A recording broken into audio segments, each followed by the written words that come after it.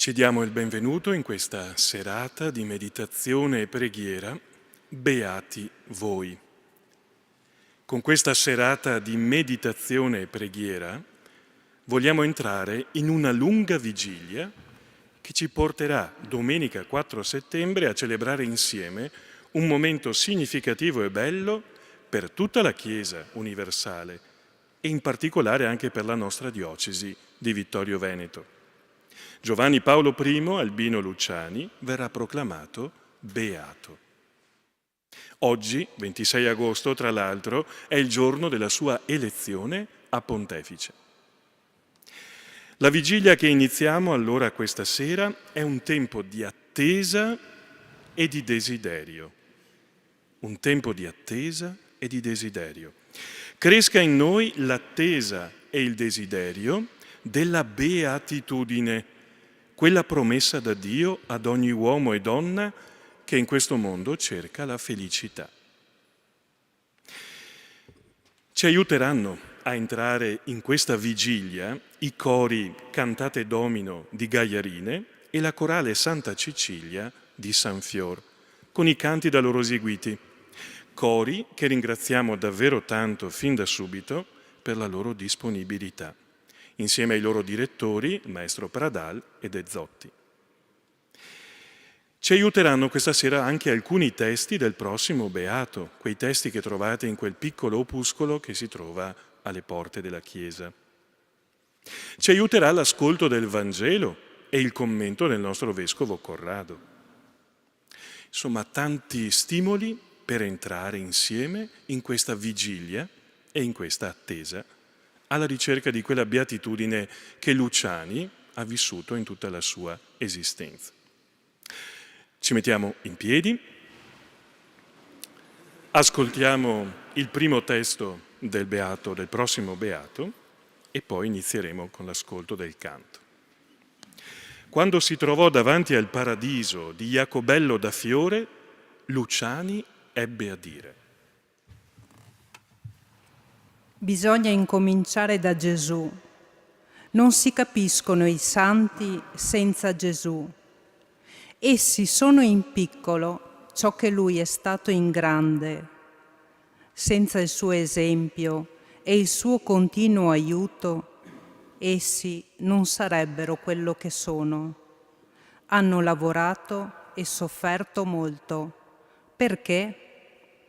Perché si sentivano amati da Gesù. Lo hanno amato e hanno creduto che la forza di Lui sostenesse la loro debolezza. Cominciamo dunque con la gloria di Dio che sono i santi e con il canto Cieli e narrant gloria Dei di Bartolucci. Ci accompagna in questa prima parte il coro Santa Cecilia di San Fiore.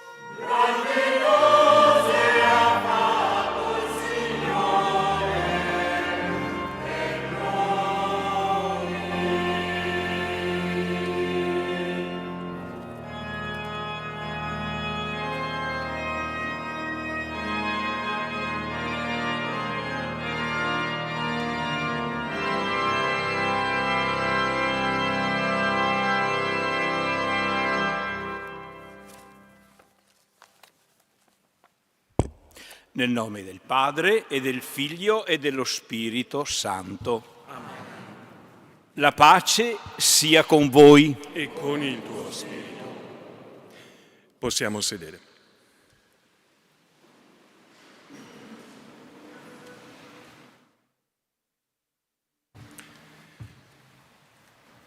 Abbiamo iniziato la nostra preghiera e Luciani fu un uomo di preghiera, credeva alla forza della preghiera e a tal proposito disse: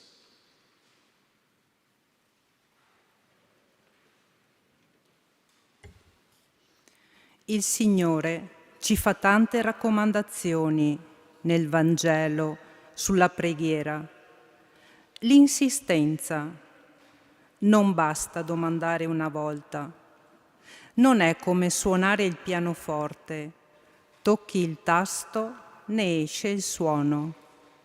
Signore, dammi questa grazia. Pronti, servito, a tamburo battente. Non è così. Il Signore stesso ha detto che non è così. Voglio che domandiate. Il nostro primo dovere è di insegnare alla gente a pregare, perché quando abbiamo dato loro questo mezzo potente, si arrangiano anche loro ad ottenere le grazie del Signore. Exaudi Domine di Perosi.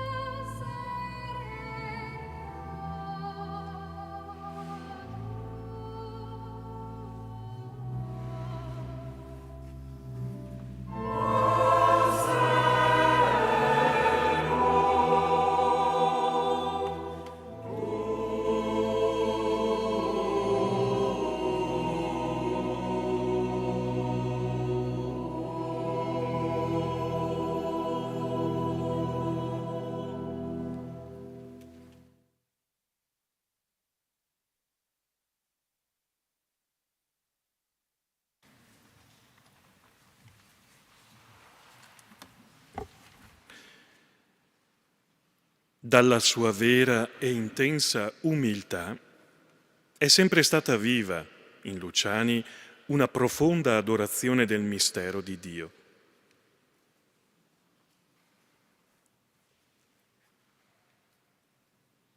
Sto pensando in questi giorni che con me il Signore attua il suo vecchio sistema. Prende i piccoli dal fango della strada e li mette in alto. Prende la gente dai campi, dalle reti del mare e del lago e ne fa apostoli.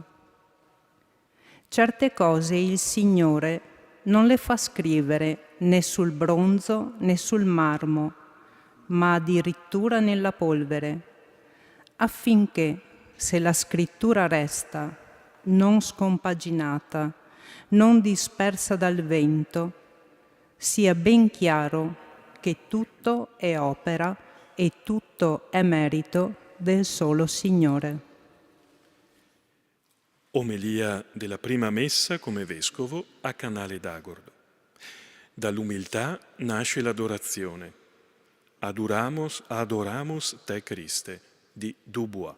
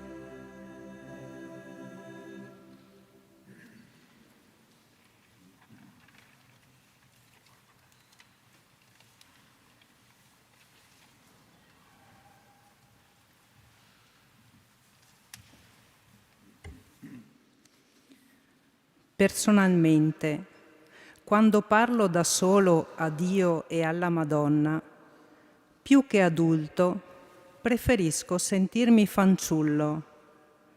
La mitria, lo zucchetto, l'anello scompaiono. Mando in vacanza l'adulto e anche il vescovo, per abbandonarmi alla tenerezza spontanea che ha un bambino davanti a papà e mamma. Il rosario, preghiera semplice e facile, a sua volta, mi aiuta a essere fanciullo. Con Luciani allora ci rivolgiamo a Maria, Madre di Dio, con l'Ave Maris Stella di Visentin.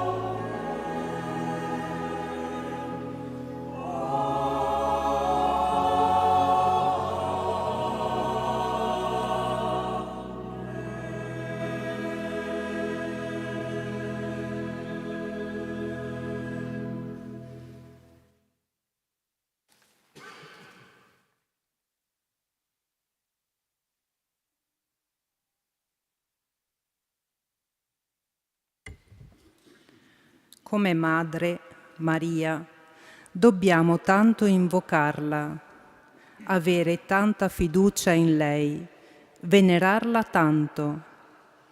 Siccome Maria è la creatura più perfetta dell'universo, più in sintonia con il volere di Dio, non c'è grazia che Cristo non si lasci strappare da lei ed egli predilige anzi tutte le richieste di grazia che gli giungano attraverso la sua santissima intercessione. Non è forse per questa ragione che Gesù, in punto di morte, volle conferire a Maria il titolo di madre dell'umanità? Questa sera in chiesa siamo in tanti, ci sono i pellegrini, alcuni dei pellegrini che scenderanno a Roma, e ci sono tante persone che sono qui per pregare e prepararsi a questa beatificazione. E molti di noi hanno nel cuore sicuramente un grazie, qualcosa di un sentimento di gratitudine nei confronti del prossimo beato Giovanni Paolo I, o perché l'hanno conosciuto, o perché hanno ricevuto la cresima, o per tanti altri motivi.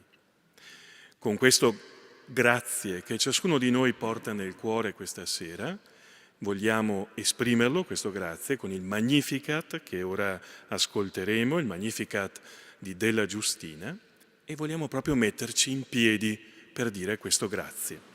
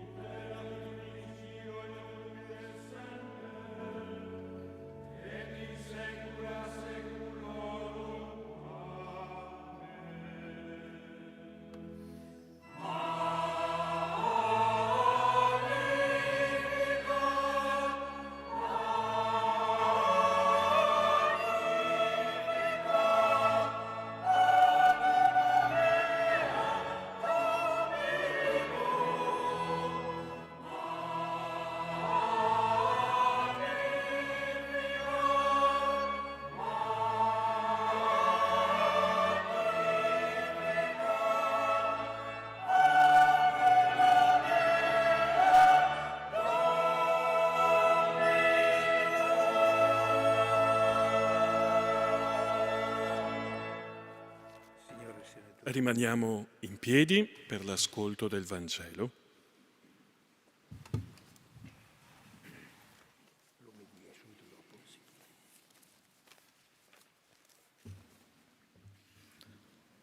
Dal Vangelo di Matteo.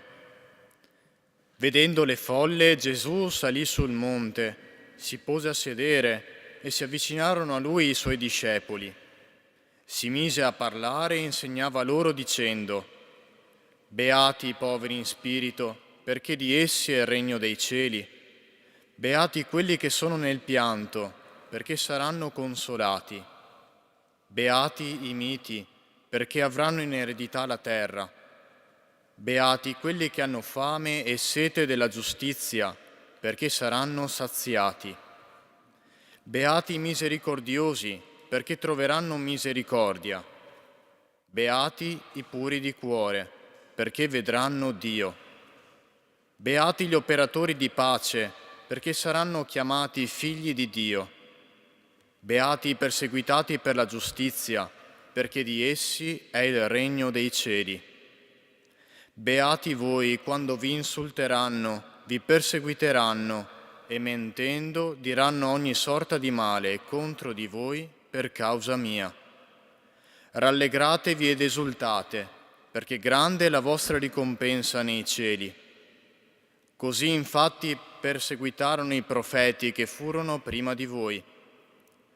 Voi siete il sale della terra, ma se il sale perde il sapore, con che cosa lo si renderà salato? A null'altro serve che ad essere gettato via e calpestato dalla gente. Voi siete la luce del mondo. Non può restare nascosta una città che sta sopra un monte, né si accende una lampada per metterla sotto il moggio, ma sul candelabro, e così fa luce a tutti quelli che sono nella casa. Così risplenda la vostra luce davanti agli uomini, perché vedano le vostre opere buone e rendano gloria al Padre vostro che è nei cieli. Possiamo metterci seduti per ascoltare il nostro Vescovo Corrado.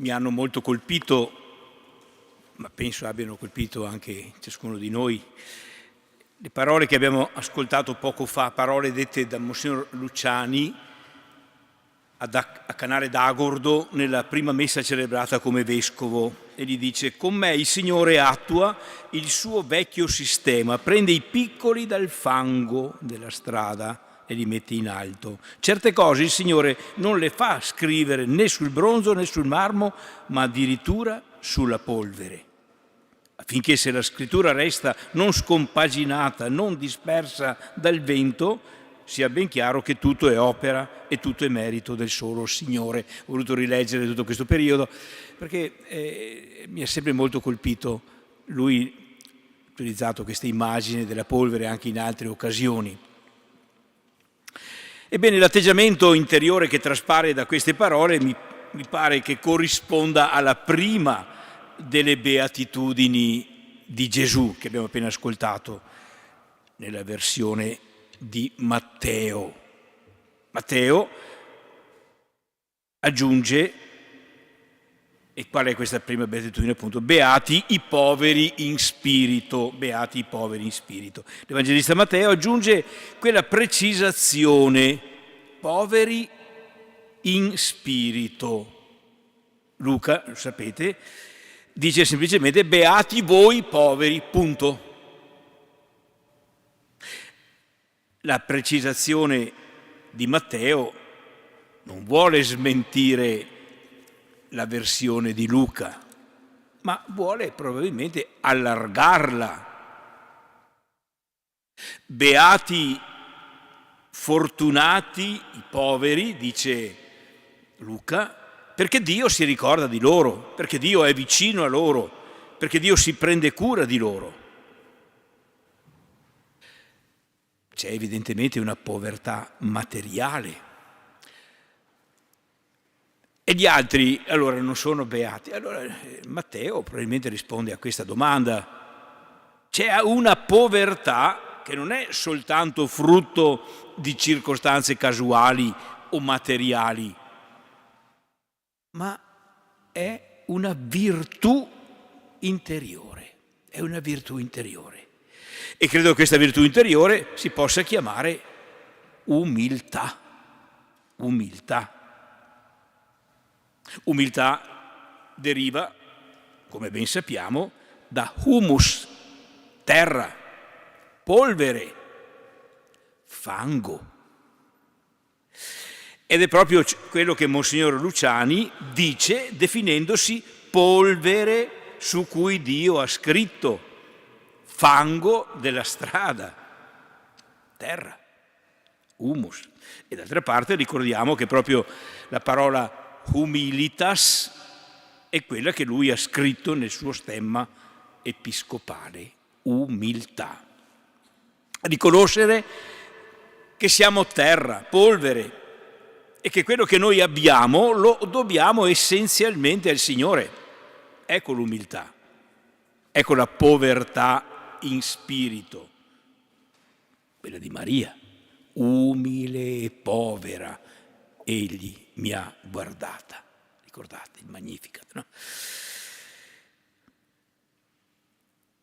Ma subito nasce spontaneo, ma se fa tutto il Signore, allora dove sta la nostra libertà?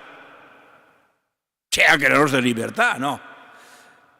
Ci viene immediatamente da dire questo, ed è giusto, ma la nostra libertà si attua proprio nel riconoscerci per quello che siamo, polvere, terra. Ricordate il giorno del Signore, ricordati uomo che sei polvere, e in polvere ritornerai, ricordatelo.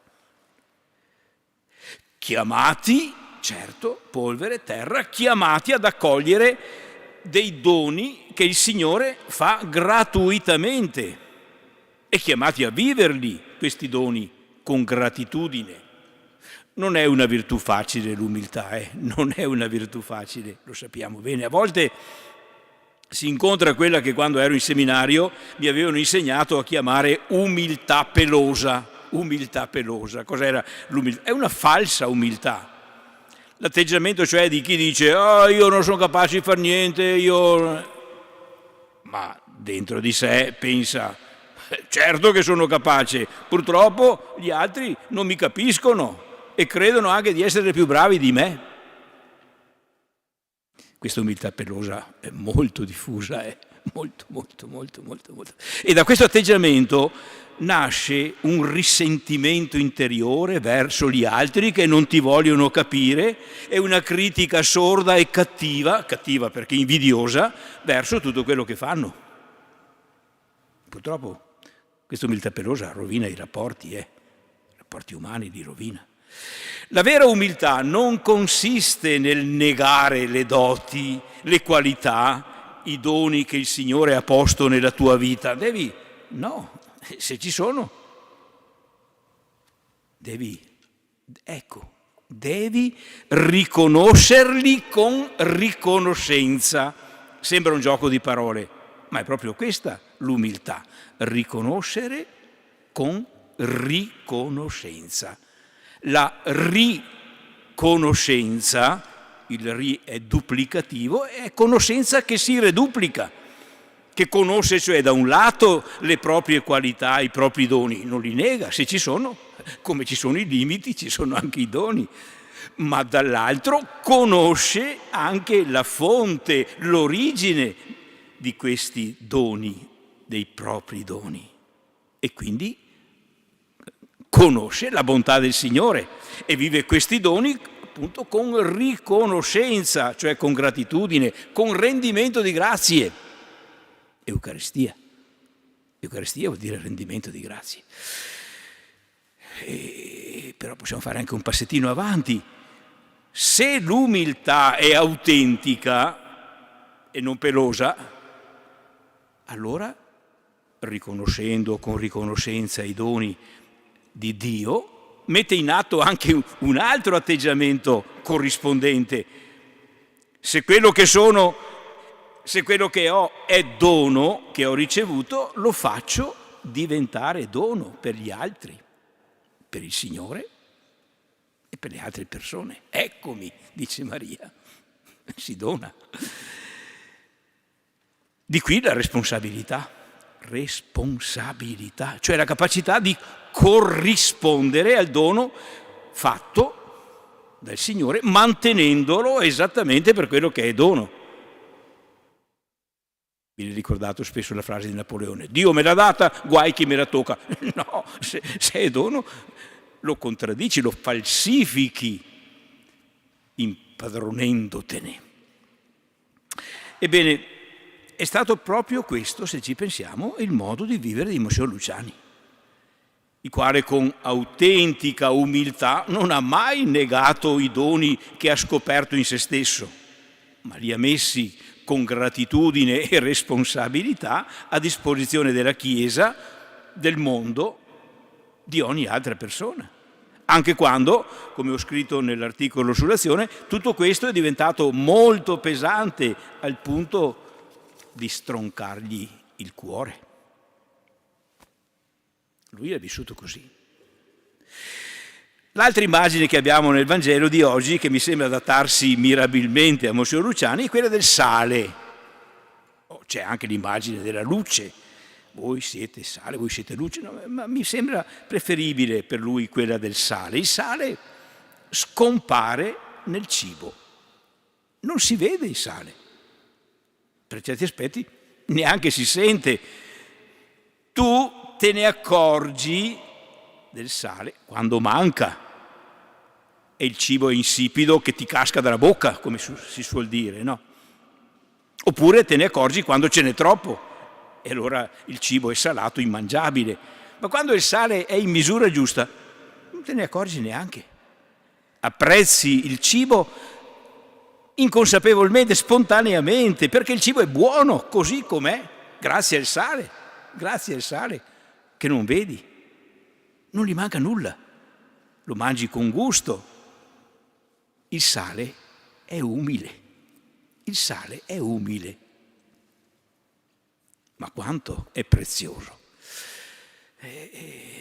Sale della terra, certamente lo è stato Monsignor Albino Luciani, sale della terra siamo chiamati ad essere anche noi. Certamente aiutati dal suo esempio e dalla sua testimonianza, che in questi giorni veniamo a conoscere, ad approfondire meglio, ma che tanti di voi hanno potuto conoscere e apprezzare, perché era proprio questo una delle caratteristiche per cui Monsignor Albino Luciani era apprezzato, la sua umiltà, la sua semplicità, la sua familiarità.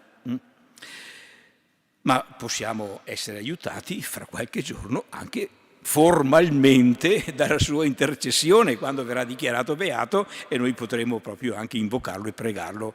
Beato Giovanni Paolo I, prega per noi. Beato Albino Luciani, prega per noi. Bene, ringraziamo il Signore per avercelo dato come pastore, perché è una grande grazia averlo avuto per ben 11 anni come vescovo, che ha vissuto in questa diocesi incontrando tante persone, preti, laici, consacrati. Ringraziamo il Signore di avercelo dato e ringraziamo il Signore di poterlo venerare e pregare tra pochi giorni anche come nostro patrono e intercessore.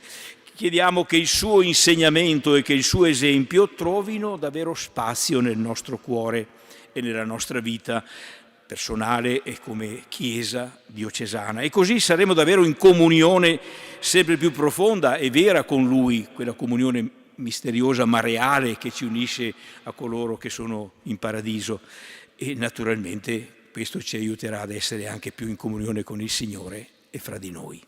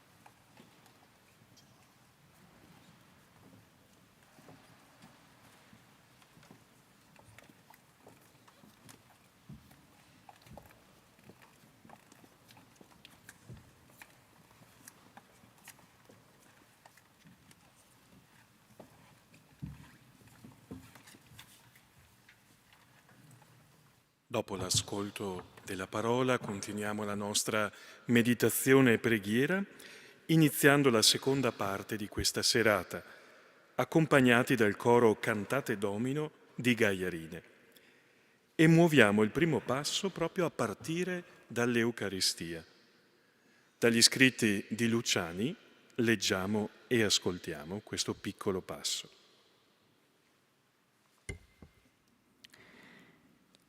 L'Eucarestia non è una verità soltanto da credere, ma da vivere. Anche qui c'è qualche cosa di odierno cui stare attenti. Non si tratta di comunicare solo con i nostri amici come in un club o ad un pranzo di nozze, ma anche e prima con Gesù Cristo, cosa non sperimentabile e non misurabile con il metro del sentire. Mangiare l'agnello immolato è condividere i suoi desideri, le sue volontà, sposare i suoi dolori e interessi, desiderare di fare nostri i suoi sentimenti, rivestirci della sua bontà e misericordia. Sangue dell'alleanza, dice il celebrante. Sì, alleanza, patto tra l'uomo Dio e un povero peccatore, dono reciproco dell'uno all'altro, fusione di due cuori, tanto più stretta quanto da noi meglio desiderata e preparata. O Sacrum Convivium di Molfino.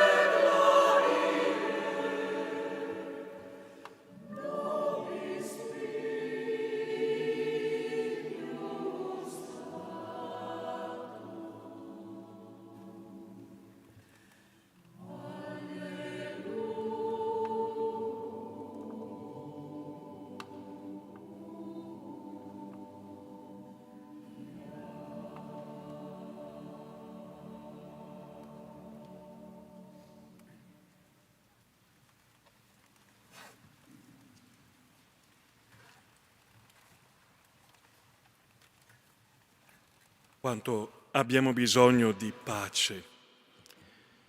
Luciani, lo ascoltiamo ora in una parte del messaggio inviato al presidente americano Carter in occasione del summit di Camp David del 1978 sulla questione medio orientale. Notando con piacere l'intenso ed efficace lavoro che ha portato a compimento nella difficile ricerca di un accordo a Camp David, desideriamo esprimere il nostro ardente desiderio che il risultato ottenuto possa effettivamente costituire un passo importante sulla via di una definitiva soluzione del problema del Medio Oriente e della prima riconciliazione dei popoli che tanto hanno sofferto per il triste e prolungato conflitto.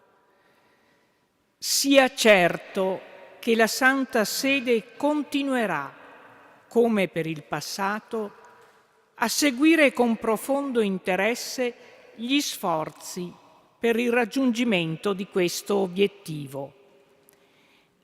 È pronta a collaborare con ogni possibile mezzo compatibile con la sua attività. Allo stesso modo, continueremo ad elevare le nostre preghiere per quel percorso che è così necessario per gli stati del Medio Oriente e del mondo intero.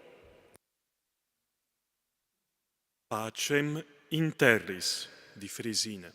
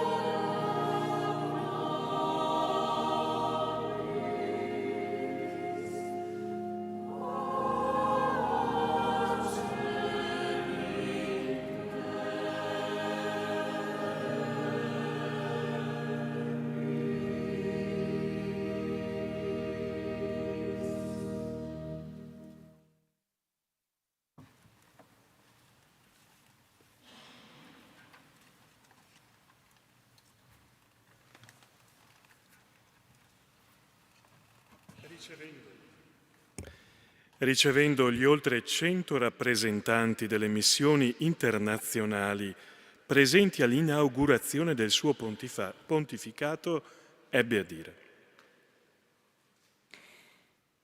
Non abbiamo certo soluzioni miracolistiche per i grandi problemi mondiali. Possiamo tuttavia dare qualcosa di molto prezioso, uno spirito che aiuti a sciogliere questi problemi e li collochi nella dimensione essenziale, quella dell'apertura ai valori della carità universale, perché la Chiesa, umile messaggera del Vangelo a tutti i popoli della terra, possa contribuire a creare un clima di giustizia, fratellanza, solidarietà e di speranza senza la quale il mondo non può vivere. La solidarietà diventi un precetto della Chiesa, disse. Solo così possiamo sentire i passi dei fratelli. Di Giombini, Sento i passi, armonizzazione Silotto.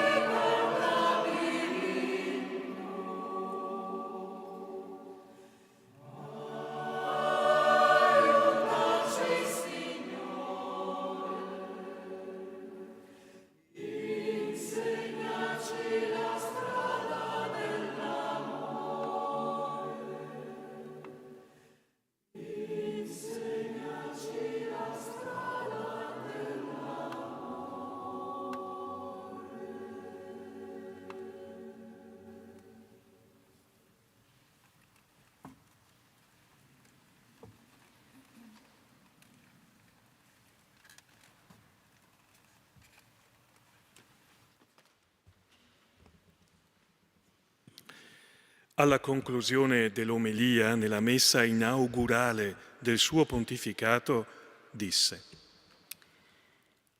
La Vergine, che ha guidato con delicata tenerezza la nostra vita di fanciullo, di seminarista, di sacerdote e di vescovo, continui a illuminare e a dirigere i nostri passi, perché, fatti voce di Pietro, con gli occhi e la mente fissi al suo Figlio Gesù, proclamiamo nel mondo, con gioiosa fermezza, la nostra professione di fede.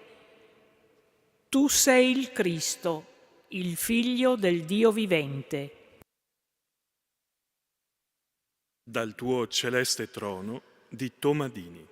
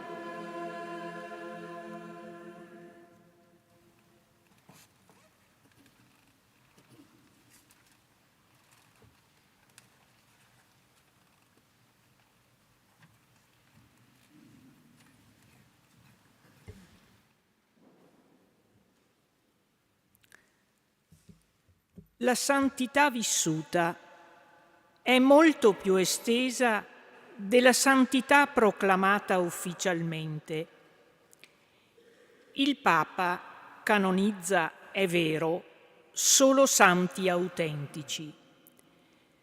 Se noi facciamo qui in terra una specie di selezione, Dio non la fa in cielo.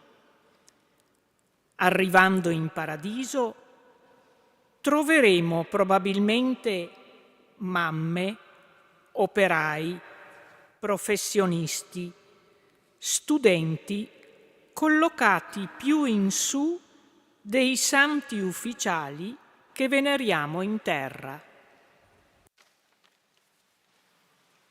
Per questo siamo beati, per questo il nostro animo è nella beatitudine, è nella gioia e nella festa insieme al nostro fratello Albino Luciani. Canticorum Jubilo.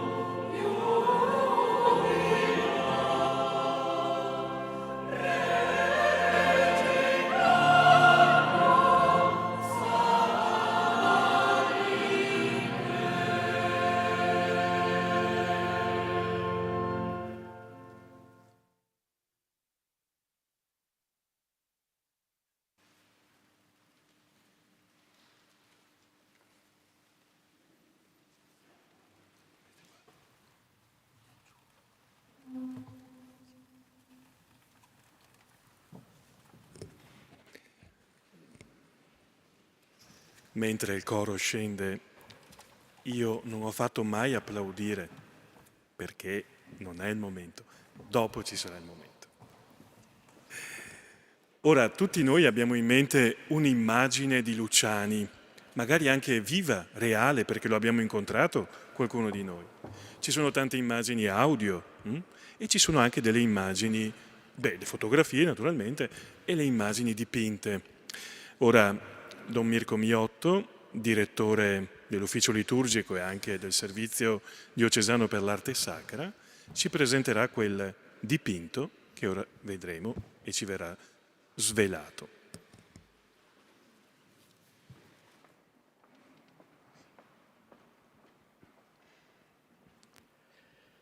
Quando la Chiesa, dopo aver riconosciuto l'eroicità delle virtù e la verità del miracolo, proclama un suo figlio venerabile, permette che egli possa essere pregato e possa essere rappresentato all'interno delle chiese.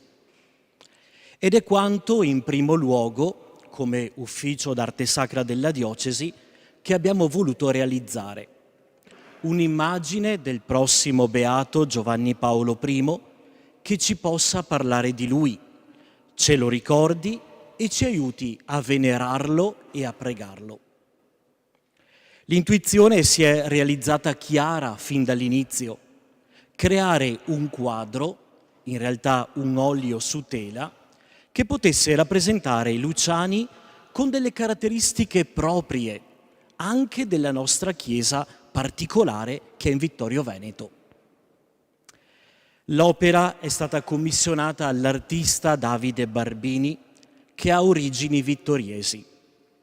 Il maestro Barbini ha conseguito il diploma di disegno e pittura presso la Angel Academy of Art di Firenze ed è attualmente lì impegnato come docente.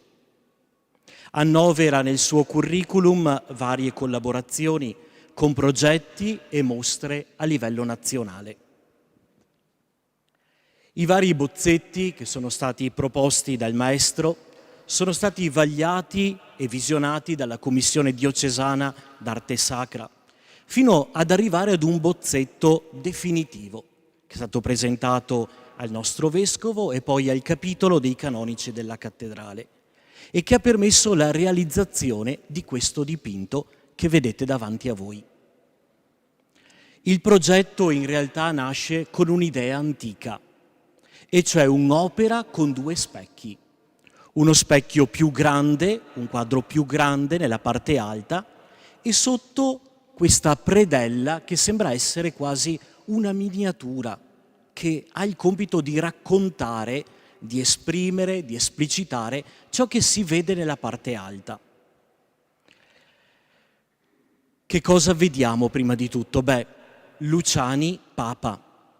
Luciani Papa è rappresentato nella finestra grande e lo vediamo come spesso è rappresentato al balcone del Palazzo Apostolico, proteso verso di noi e benedicente.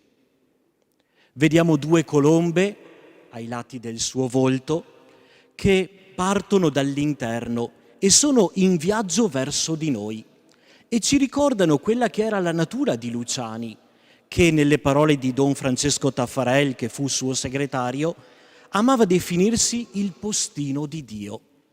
Quelle colombe ci parlano di un volo, di una parola lanciata, di un messaggio che è stato posto. Luciani diceva che il ministro di Dio è colui che porta la sua parola ai fedeli dopo averla personalmente assimilata e personalmente messa in pratica. Ci colpisce poi quella croce pettorale, è un unicum. Quella croce ha una storia molto particolare. È un regalo al patriarca Luciani fatto dalle suore di Maria Bambina. Quella croce, che ha un fondo lapislazzulo e un crocifisso d'argento, fu poi usata da Luciani anche quando era pontefice in una delle sue udienze, una delle 4 udienze. Alla morte fu regalata al vescovo Muccin, che la regalò al vescovo Eugenio Ravignani per i vescovi di Vittorio Veneto. Ora è custodita in una cristalliera all'interno dell'atrio d'accesso del vescovado. L'abbiamo voluta rappresentare in questo quadro perché mette qualche cosa di nostro all'interno di quest'opera. Se nella parte più ampia dunque si vede Luciani, che è conosciuto al mondo intero come Papa, nella predella sottostante, che da lontano si vede poco perché in realtà è quasi una miniatura, lo vediamo come vescovo di Vittorio Veneto. Monsignor Luciani, con l'abito piano vescovile, entra in cattedrale. Vediamo lo spaccato della parte bassa della nostra cattedrale da Pontiana. Lui entra in cattedrale e, come dire, è accompagnato e guida il popolo alle funzioni religiose.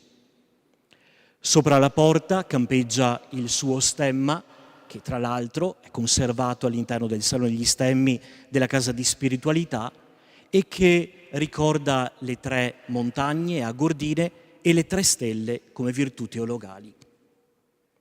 Luciani entra nella cattedrale di Vittorio Veneto vescovo ed esce dalla finestra del Palazzo Apostolico come Papa. Luciani è ricordato come uomo della misura e della carità, come impareggiabile catechista. E scrivendo a Gesù nell'ultima lettera di Illustrissimi, così ricorda: l'importante non è che uno scriva di Cristo, ma che molti amino e imitino Cristo. Luciani è rappresentato così ai nostri occhi in quest'opera d'arte.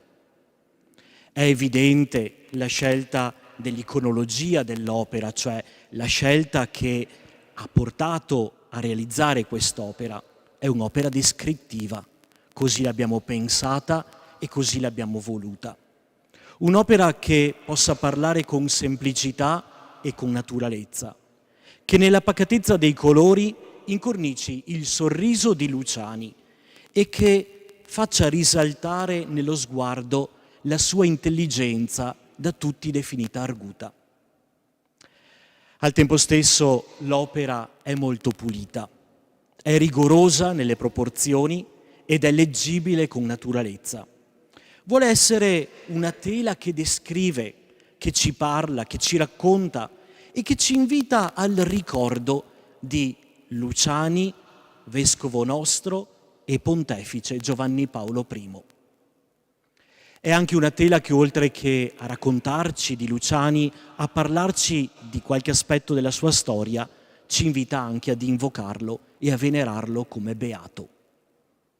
Ora ho la gioia di lasciare la parola all'artista, il maestro Barbini, per una sua parola a proposito di quest'opera.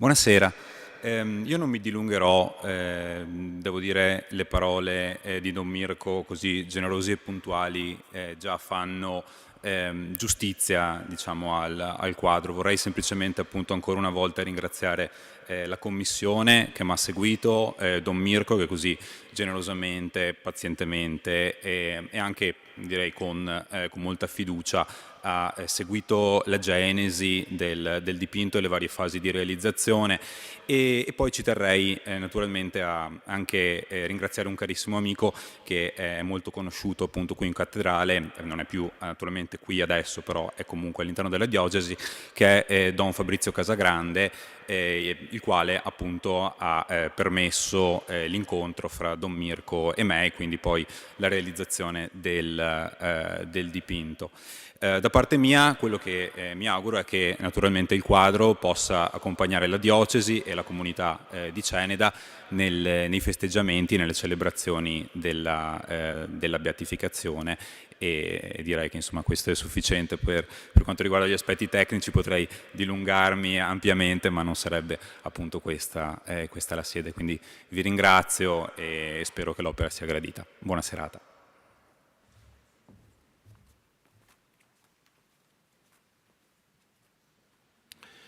Lasciamo qualche istante di silenzio mentre invito i due cori a riprendere il posto perché canteranno insieme.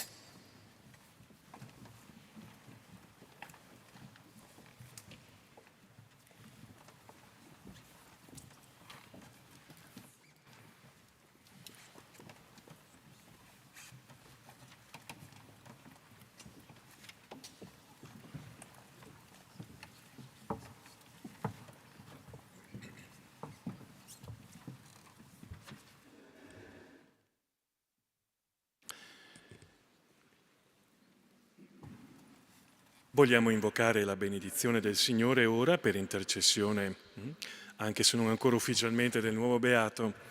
E prima di farlo ci mettiamo in piedi e preghiamo insieme con la preghiera che è del Vescovo Savio, già Vescovo di Belluno, scritta proprio per Luciani e per rivolgere al Signore la richiesta di grazie per mezzo di Lui. Insieme preghiamo. Dio Trinità, cenacolo d'amore, sorgente di santità, dalla cui benevolenza ha inizio la vita e nella cui volontà cresce la nostra felicità. A te chiediamo di esaltare tra noi l'opera del tuo amore, nel riconoscere la santità originale di Albino Luciani, Papa Giovanni Paolo I. Nelle nostre necessità invochiamo la sua intercessione per ottenere la grazia di cui abbiamo bisogno. Fa che sia a noi concesso di imitare il suo sereno abbandono in te. Ci sostenga l'esempio della sua preghiera, con cui durante la vita apriva tutto il suo cuore a te, e ora nella tua gloria ti loda. Amen. Prima della benedizione solenne e conclusiva, un grande grazie a questi due cori, che ho piacere si sia potuto ascoltarli anche da tante altre persone.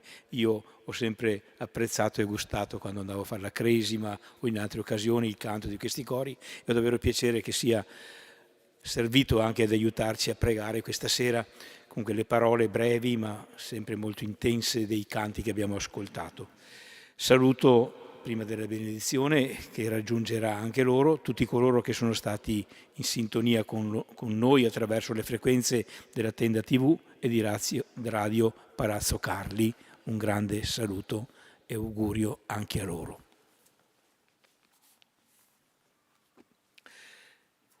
Invochiamo ora il Padre con le parole che Gesù stesso ci ha insegnato. Padre nostro, che sei nei cieli, sia santificato il tuo nome. Venga il tuo regno, sia fatta la tua volontà, come in cielo, così in terra. Dacci oggi il nostro pane quotidiano. Rimetti a noi i nostri debiti, come anche noi li rimettiamo ai nostri debitori. E non abbandonarci alla tentazione, ma liberaci dal male.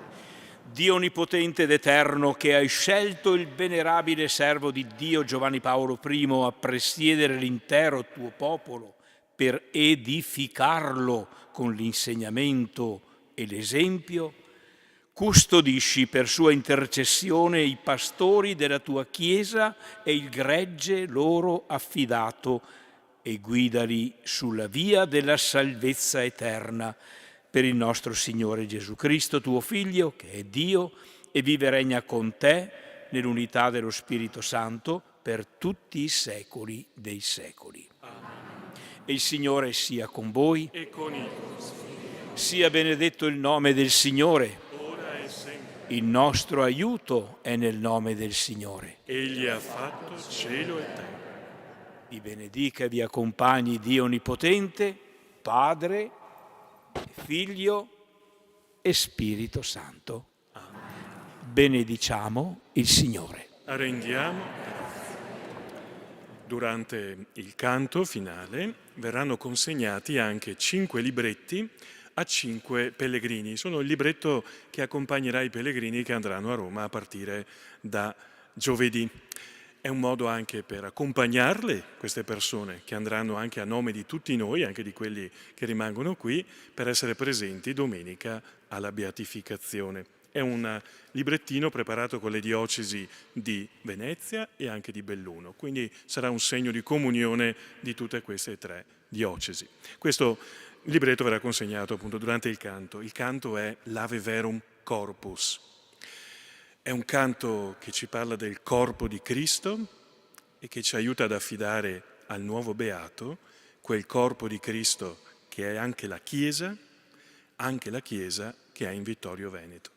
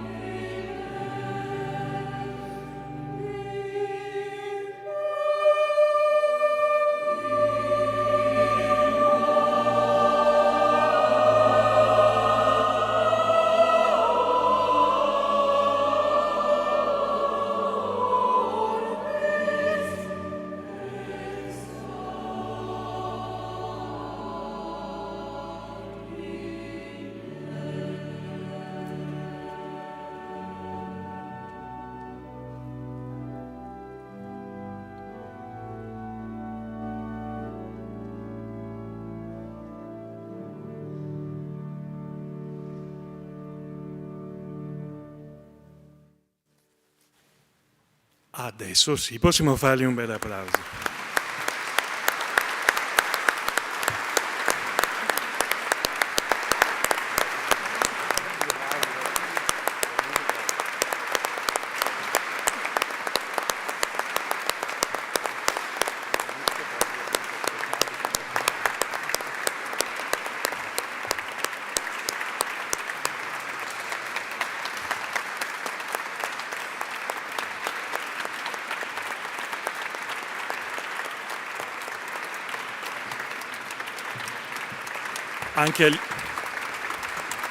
Anche agli organisti.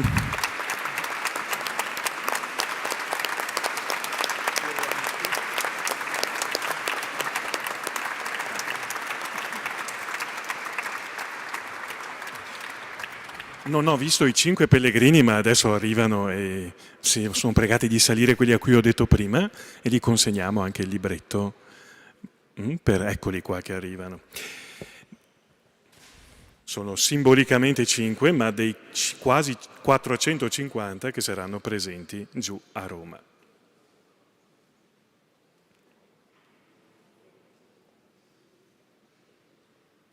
Ci auguriamo un buon ritorno a casa e una buona vigilia prima della beatificazione di Giovanni Paolo I. Un grazie ancora ai due cori, ai quali daremo, ma il Corriere non ha fatto in tempo ad arrivare, un numero del Luoghi dell'Infinito di Avvenire, che sarà un numero speciale tutto su Albino Luciani. Appena arriva ve lo faccio vedere. Buonanotte a tutti.